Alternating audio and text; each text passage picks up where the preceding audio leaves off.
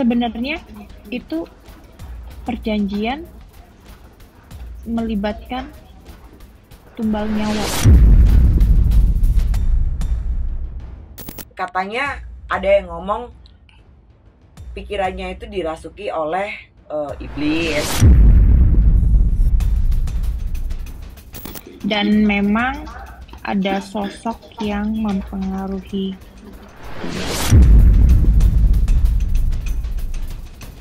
Emosi atau tekanan-tekanan yang muncul ini membuat mereka frustasi dan mudah untuk menampilkan tindakan-tindakan yang mungkin nggak layak.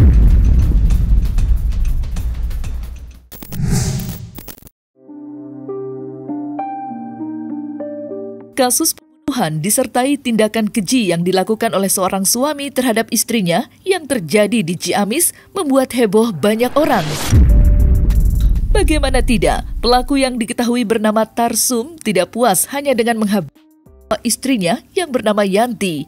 Pasalnya, Tarsum tega tubuh istrinya menjadi beberapa bagian. Kejadian sadis yang menghentak akal sehat itu terjadi pada Jumat 3 Mei 2024 kemarin di Desa Cisontrol, Kecamatan Rancah, Kabupaten Ciamis, Jawa Barat. Sontak saja, kejadian tersebut membuat heboh masyarakat, tidak terkecuali di media sosial. Pelaku mutilasi.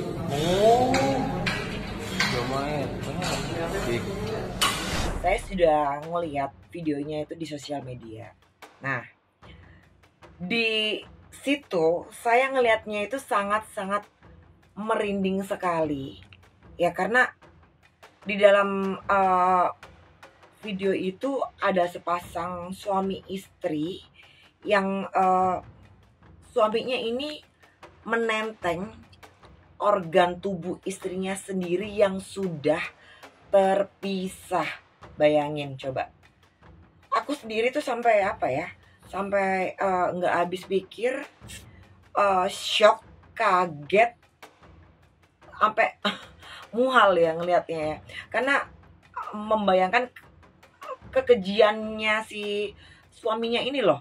Tidak pernah terbayangkan oleh aku. Tapi balik lagi tadi, di zaman sekarang itu semakin banyak orang-orang yang memang sudah kehilangan akal sehat, yang melakukan hal-hal di luar nalar kita. Makanya pentingnya iman, pentingnya kita peka sama orang-orang di sekitar kita. Seringkali emosi atau tekanan-tekanan yang muncul ini membuat mereka frustasi dan mudah untuk menampilkan tindakan-tindakan yang mungkin nggak layak karena tadi dorongan emosi negatifnya. Entah setan apa yang merasuki Tarsum. Usai istrinya, pria berusia 50 tahun itu kemudian tubuh istrinya yang sudah menjadi beberapa bagian. Tidak cukup sampai di situ, Tarsum lalu memasukkan istrinya ke dalam baskom dan menawarkan potongan istrinya kepada warga. Ketua RT setempat yang mengetahui tindakan sadis Tarsum langsung berlari karena takut dan segera melaporkannya ke polsek terdekat. Video Tarsum yang menenteng anggota istrinya mendadak viral di media sosial. Tidak sedikit netizen yang dibuat geram dengan tindak Tarsum yang di luar nalar. Ngebatin ya, kok ada suami seperti itu ya. Sedangkan gini, dibandingkan dengan binatang, serigala lah ya contoh. Serigala aja tidak akan pernah memangsa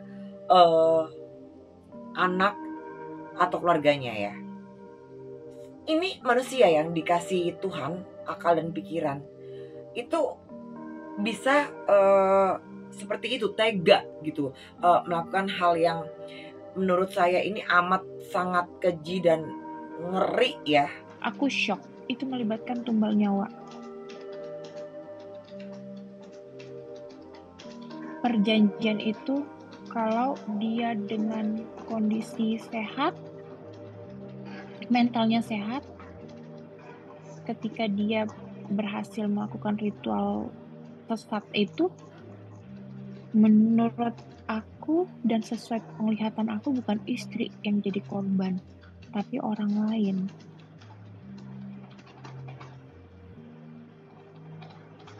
Tapi dia Yang gagal. kulihat Dia gagal. tetangganya, aku melihat tetangganya.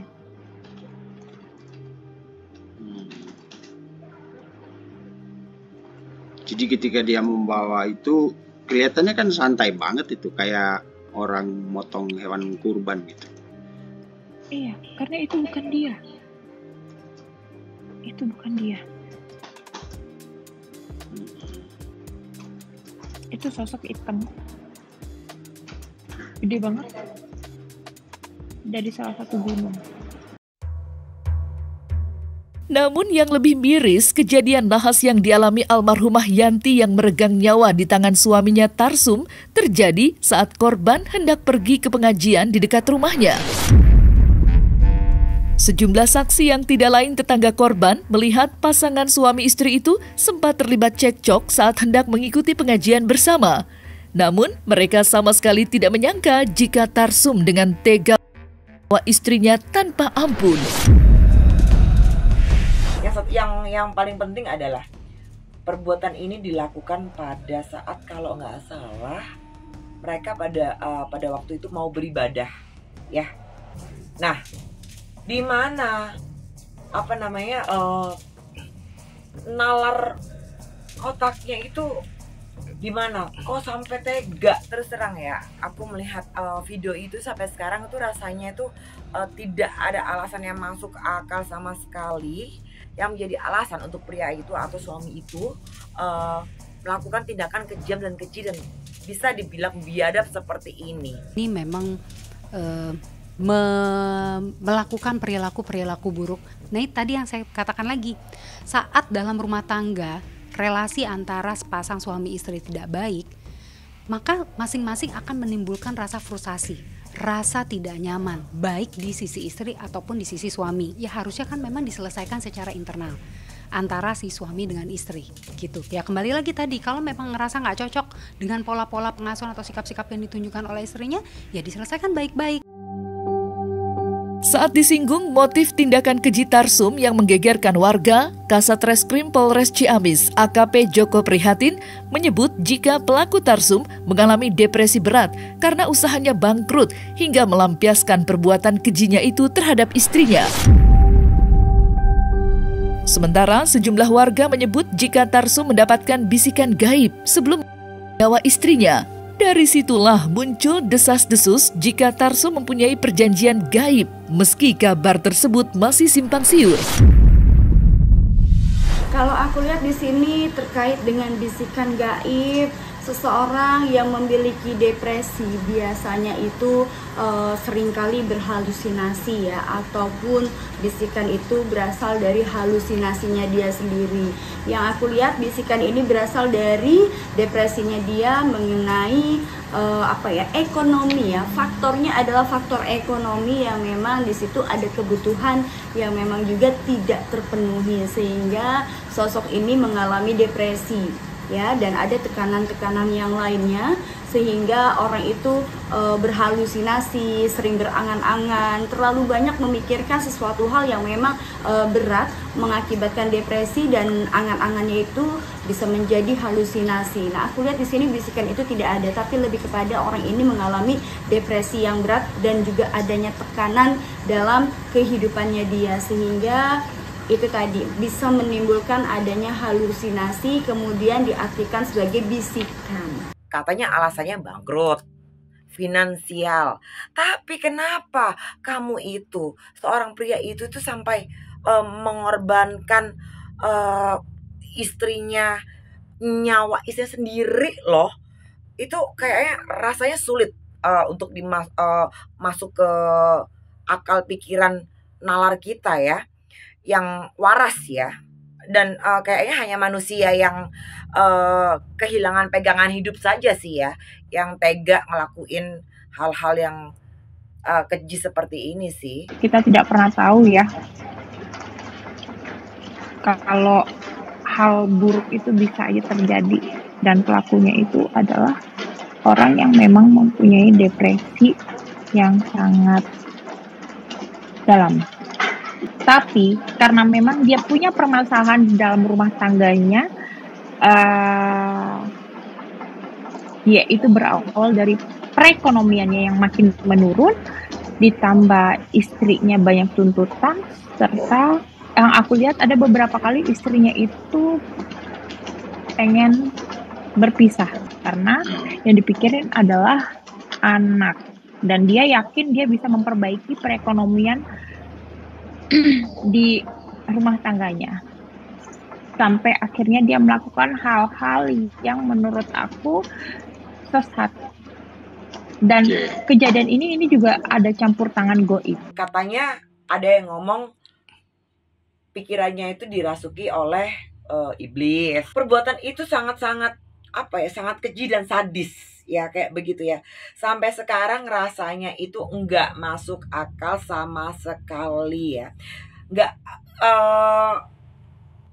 Bukan alasan untuk seorang suami ini atau pria ini yang melakukan perbuatan seperti itu karena katanya ya alasannya bangkrut, finansial, tapi mengorbankan nyawa istri. Depresi yang berkepanjangan, hal itu bisa terjadi. Nah, tapi dengan kasus ini itu ada campur tangan goib. Kenapa aku bilang ada campur tangan goib? Di sini aku lihat ketika aku melihat si pelaku dan aku langsung tarik ke belakang, si pelaku itu pernah melakukan ritual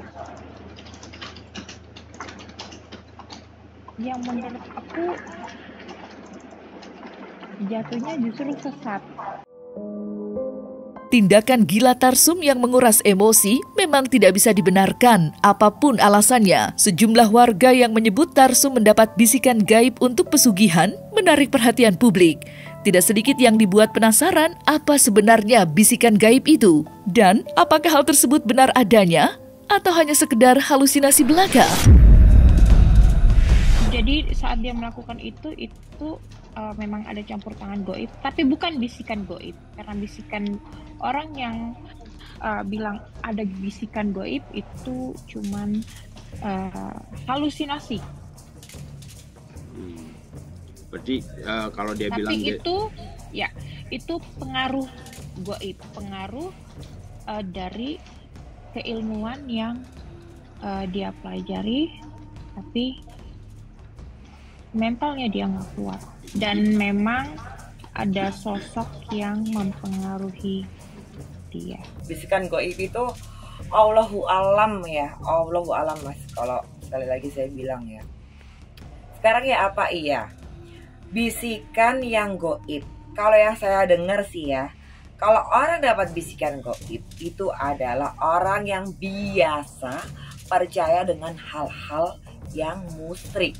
Nah, itu tuh hal-hal goib itu semua itu di luar Allah Subhanahu wa taala. Benar nggak? Seperti itu. Kalau aku rasa tergantung ya. Kalau aku lihat di sini kasusnya adalah karena dia sang suami ini mengalami depresi. Beda kalau kita mengalami kasus skizofrenia. Kalau skizofrenia itu udah tingkatannya di atasnya depresi ya, artinya depresi sampai berhalusinasi dan kemudian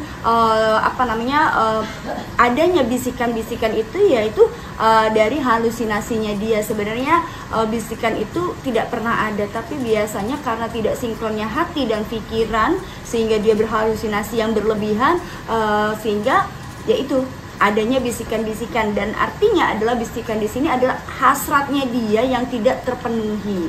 Itu biasanya sering terjadi ya, dan itu biasanya hanya ada di kasus kalau seseorang itu memiliki penyakit yang disebut skizofrenia, dan biasanya orang ini harus diberi obat penenang. Kalau tidak diberi obat penenang, orang itu akan terus berhalusinasi sampai akan membahayakan nyawanya dia sendiri, bisa terjadi bunuh diri ataupun yang namanya itu tadi mencelakai orang lain. Dia datang ke seseorang yang dia yakini dan dia punya expect orang ini akan membantu dia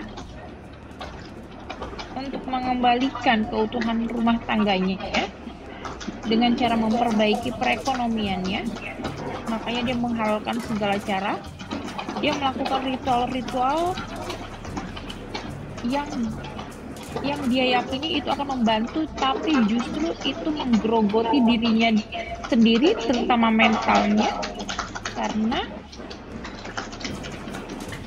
ilmu yang dia atau ritual yang mau dia lakukan itu ternyata tidak. Jadi jangan pernah kita ngilmu atau mempelajari sesuatu keilmuan, tapi dirinya kita tuh nggak siap.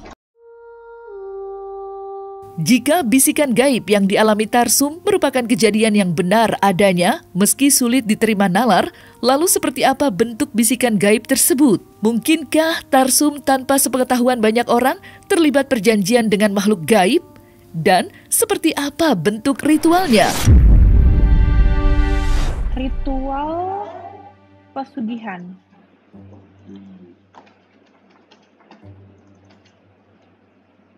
Dia datang ke suatu tempat,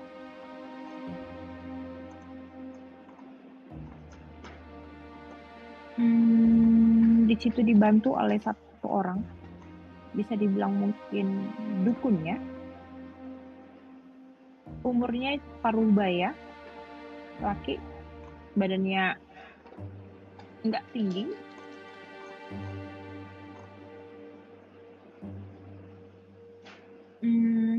Dia dikasih satu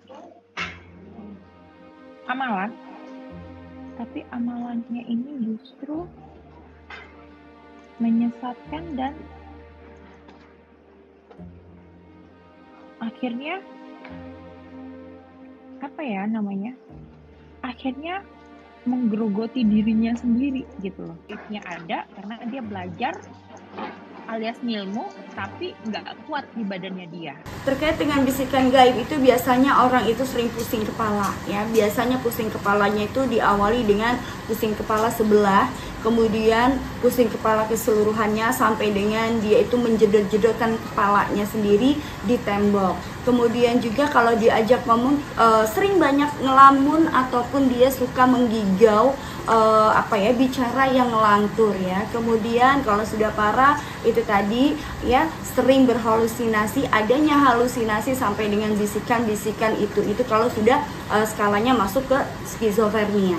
Sebenarnya itu perjanjian melibatkan tumbal nyawa, yaitu tadi dia menyetujui perjanjian tumbal, tapi ritual itu memang dia tidak kuat untuk melakukannya, tapi dia memaksakan diri untuk melakukannya karena mentalnya dia nggak bisa. Akhirnya akhirnya istrinya sendiri yang menjadi korban. Jangan pernah sekali-kali kita melakukan ritual tertentu atau ketemu paranormal, tapi paranormalnya salah, justru akan menjadi bumerang buat kita sendiri. Perjanjian dengan makhluk gaib pada akhirnya memakan korban. Dengan kata lain, tidak ada yang gratis di alam dunia ini, termasuk menjalin perjanjian dengan makhluk gaib yang tak kasat mata.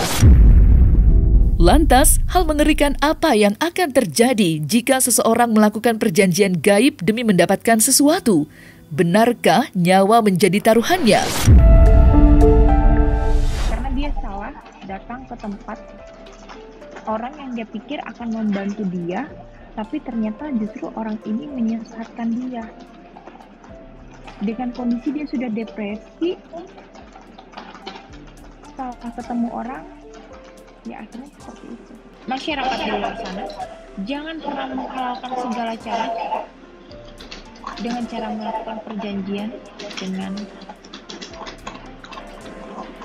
gaib atau pesugihan. Apalagi sampai sanggup mengiyakan melakukan perjanjian yang harus mengorbankan nyawa seseorang. Itu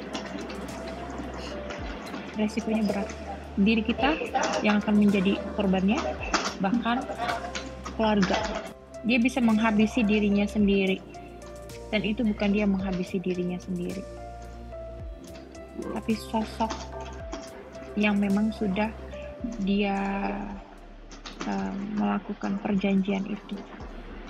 Kalau memang dia tidak bisa memberikan tumbal orang lain, maka keluarganya atau dirinya sendiri yang akan jadi korban.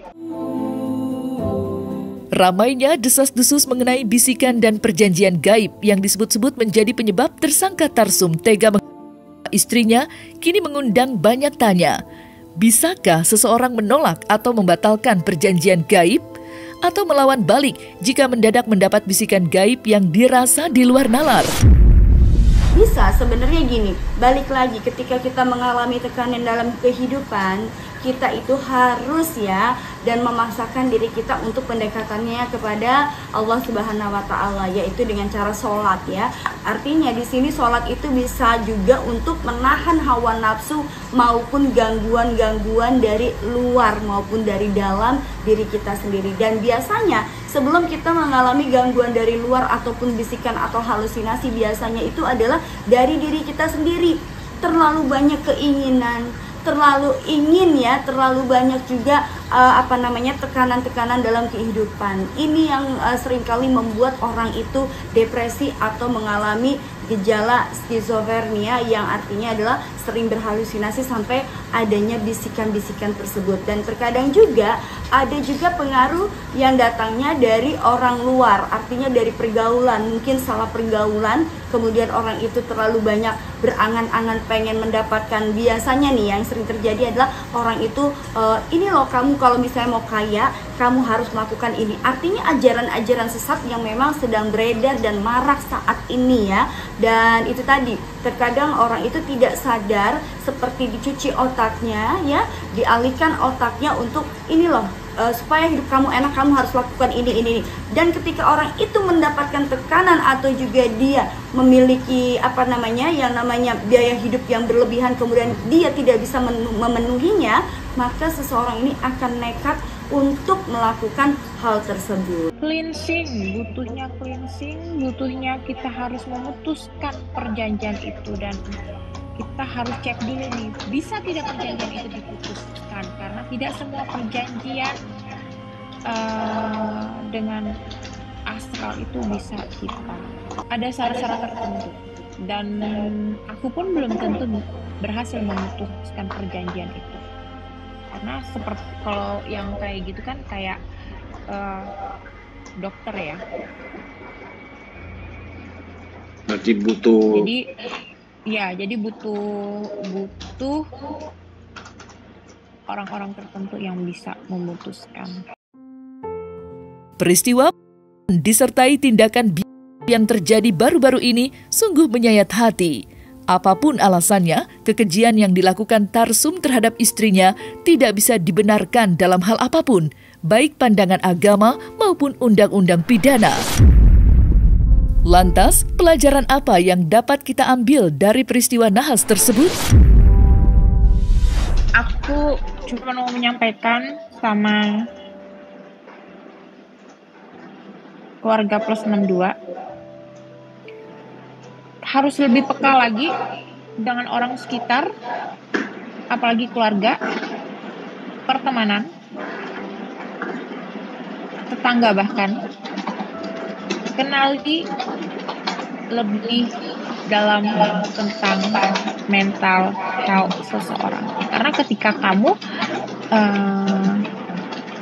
sudah mulai mengetahui seseorang ini sedang mengalami depresi, harus lebih peka. Ini menjadi pelajaran buat kita semuanya, supaya jangan aneh-aneh deh ngelakuin hal-hal atau mendengar bisikan inilah itu. Serahkan semua itu kepada Allah Subhanahu wa taala. Semua itu sudah ada yang mengatur. Serahkan, sekali lagi serahkan kepada Allah Subhanahu wa taala, banyak berdoa.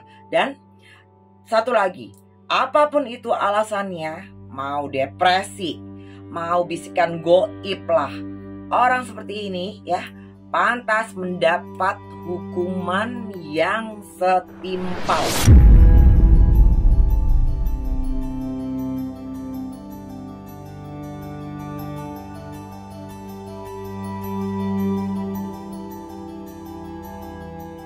Nah, selesai sudah Cumi Lovers, saksikan terus Cumi Camp In-Depth, kabar lengkap, mendalam, dan akurat dari narasumber terpercaya. Dan jangan lupa untuk like, subscribe, dan juga share channel YouTube Cumi Cumi.